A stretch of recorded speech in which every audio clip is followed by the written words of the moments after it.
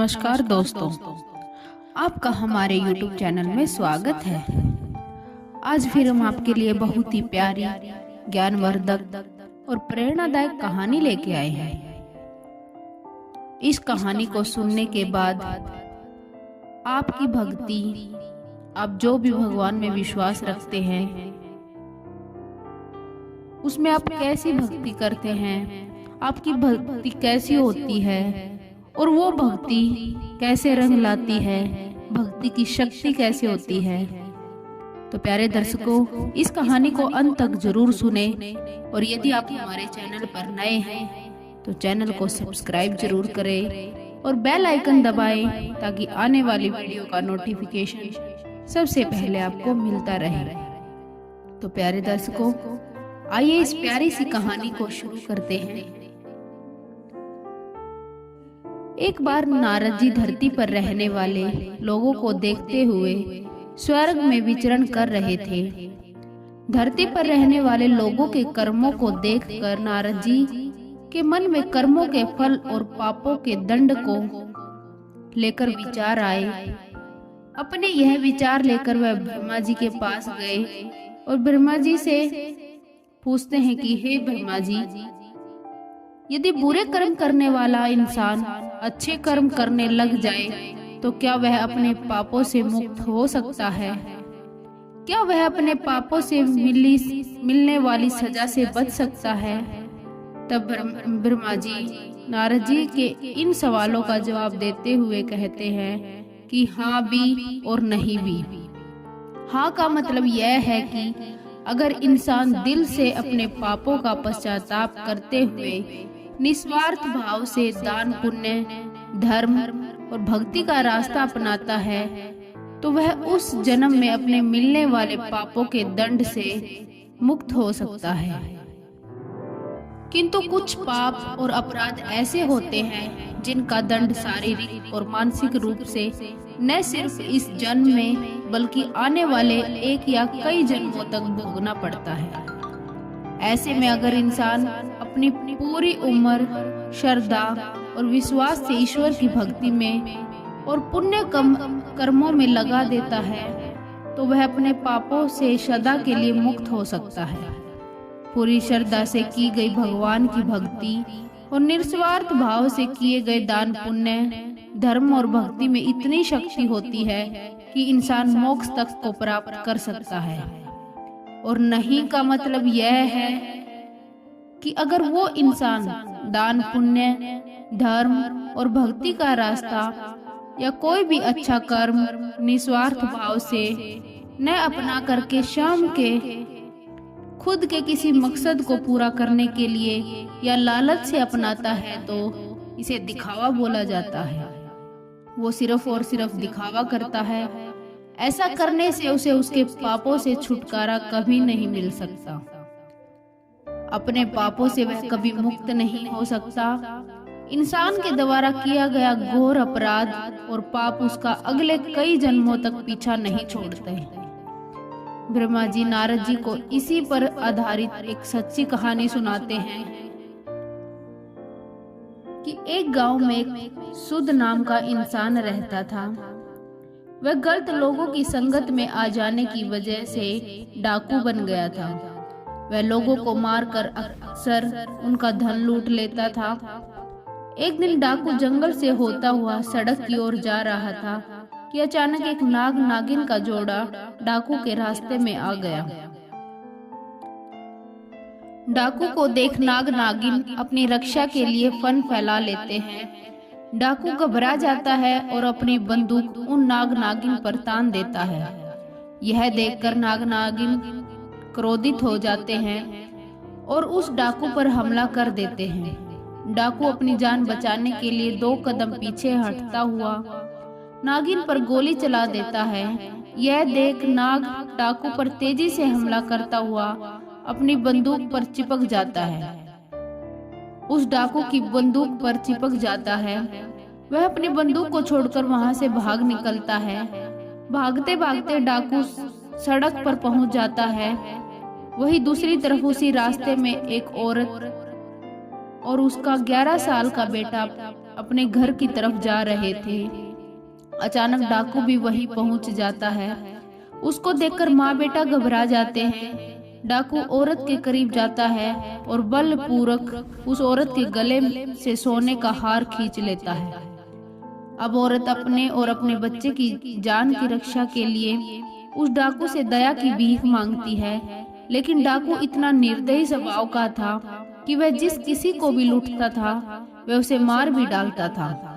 इसलिए डाकू पर उस औरत की बातों का कोई असर नहीं हुआ और वह उस औरत को तेज धार चाकू मारकर बुरी तरह से घायल कर देता है। यह देखकर बच्चा क्रोध से तिलमिला उठता है और पत्थर उठाकर जोर से डाकू के सिर पर मार देता है। डाकू के सिर से खून निकलने लगता है। वह उस बच्चे को भी चाकू से मार देता है और वहां से भाग जाता है। चीख चिल्लाहट को सुनकर आसपास के गांव के लोग वहां पहुंचते हैं। वो उस महिला और बच्चे को तुरंत डॉक्टर के पास ले जाते हैं। माँ और बेटा दोनों ही बच जाते हैं। उधर डाकू भागता हुआ जंगल की तरफ चला जाता है। बहुत थक जाने की वजह से डाकू वहीं आराम करने लगता है और दूसरी तरफ नाग डाकू का पीछा करते हुए वही डाकू के पास पहुंच जाता है। नाग या नागिन कभी भी अपने दुश्मन का चेहरा नहीं भूलते। डाकू इतना थक गया था कि उसे थकावट के कारण उसकी आंखें लग गई और वह सो गया था। और इधर नाग अपनी नागिन की मौत का बदला लेते हुए डाकू के पैर को डस लेता है। डाकू दर्द से छटपटाता हुआ वहीं पर मर जाता है। उस डाकू की वहीं पर मृत्यु हो जाती है। यह सारी घटना यमपुरी में बैठे हुए चित्रगुप्त और यमराज भी देख रहे थे। डाकू के मरते ही यमदूत यमलोक से धरती पर डाकू की आत्मा को लेने आते हैं। वह डाकू की आत्मा को यमलोक ले जाते हैं। यमलोक में चित्रगुप्त जी अपनी किताब में डाकू के द्वारा किए गए सभी कर्मों और पापों का लेखा जोखा देखते हुए उससे उसके पापों की सजा सुनाते हैं। डाकू की आत्मा को बहुत सारी यातनाएं दी जाती हैं। इसके बाद चित्रगुप्त जी डाकू की आत्मा को बोलते हैं कि जिस 11 साल के बच्चे को तुमने चाकू से मारा था उससे पाप की सजा भोगने के लिए तुम्हें फिर से धरती पर एक पंडित के घर जन्म लेना होगा, जहां तुम केवल 11 साल के लिए जीवित रहोगे। और दूसरी तरफ एक गांव में एक पंडित रहता था जिसकी पत्नी को 10 साल से कोई भी संतान नहीं हुई थी।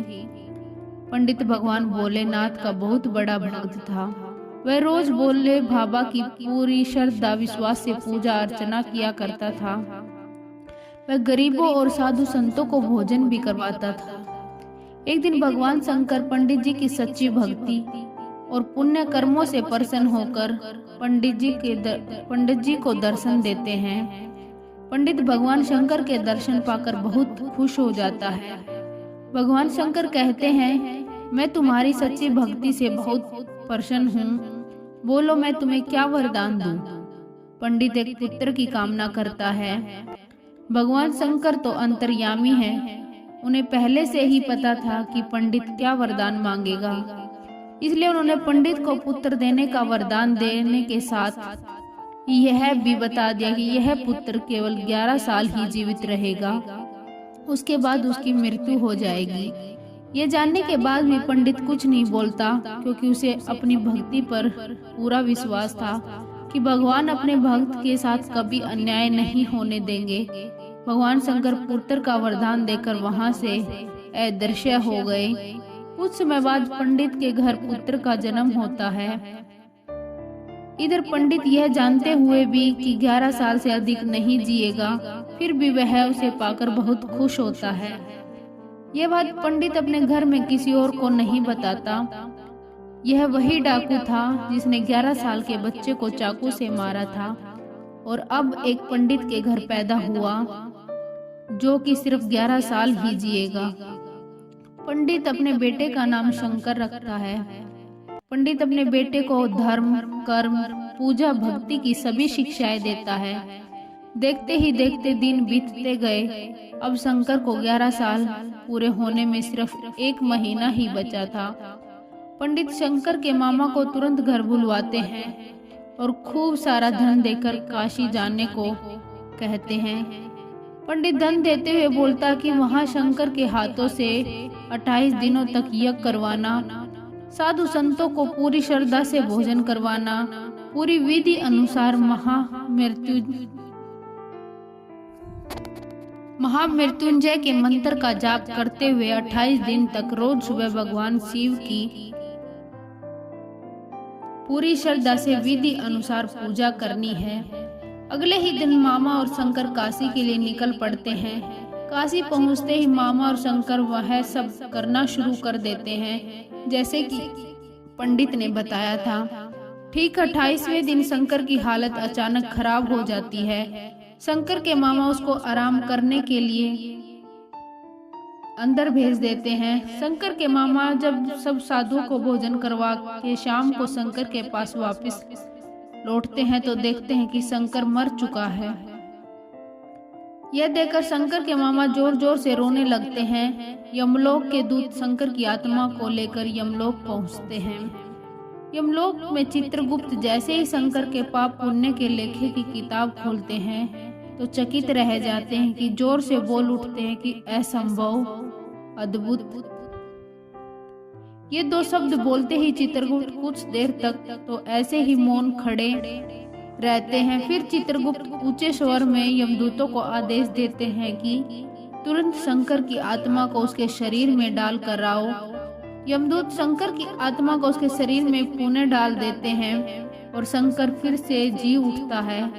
अचानक शंकर के शरीर में हो रही हलचल को देखकर उसके मामा की खुशी का ठिकाना नहीं रहता। यमलोक में इस बात को लेकर यमराज चित्रगुप्त से सवाल करते हैं कि यह कैसे हुआ। तब चित्रगुप्त जी बताते हैं कि जब मैंने किताब खोली उसमें शंकर के द्वारा किए गए पुण्य कर्मों और हवन जैसे शुभ कार्यों, भगवान शिव की आराधना और भक्ति की शक्ति से शंकर की कुंडली में जो उसके पिछले जन्म के पापों की वजह से मृत्यु का योग बना था वह योग खत्म हो चुका था। इसी के साथ शंकर के पुण्य का लेखा इतना अधिक था जिसके कारण शंकर की उम्र बढ़कर 90 साल की हो चुकी थी। इस वजह से मुझे नियमों का पालन करते हुए शंकर की आत्मा को पुनः उसके शरीर में भेजना पड़ा। इधर शंकर के मामा पूरे खुशी के साथ आंखों में खुशी के आंसू लेकर शंकर को लेकर घर पहुंचते हैं तो शंकर को जिंदा देखकर उसके पिता इतना खुश होते हैं कि मानो उन्हें नया जीवन मिल गया हो। तब शंकर सबको वो सब बातें बताता है जो उसके साथ यमलोक में हुआ। यह सब सुनकर सभी का भगवान के प्रति श्रद्धा और विश्वास और भी बढ़ जाता है। तो प्यारे दर्शकों, अपना भगवान के प्रति कभी श्रद्धा और विश्वास मत खोइए, उनके ऊपर भरोसा रखिए, वो आपका साथ हमेशा देते हैं। तो प्यारे दर्शकों, कैसी लगी आज की कहानी? अगर अच्छी लगी हो तो इसे लाइक करें, शेयर करें और कमेंट करके हमें जरूर बताएं। धन्यवाद दोस्तों।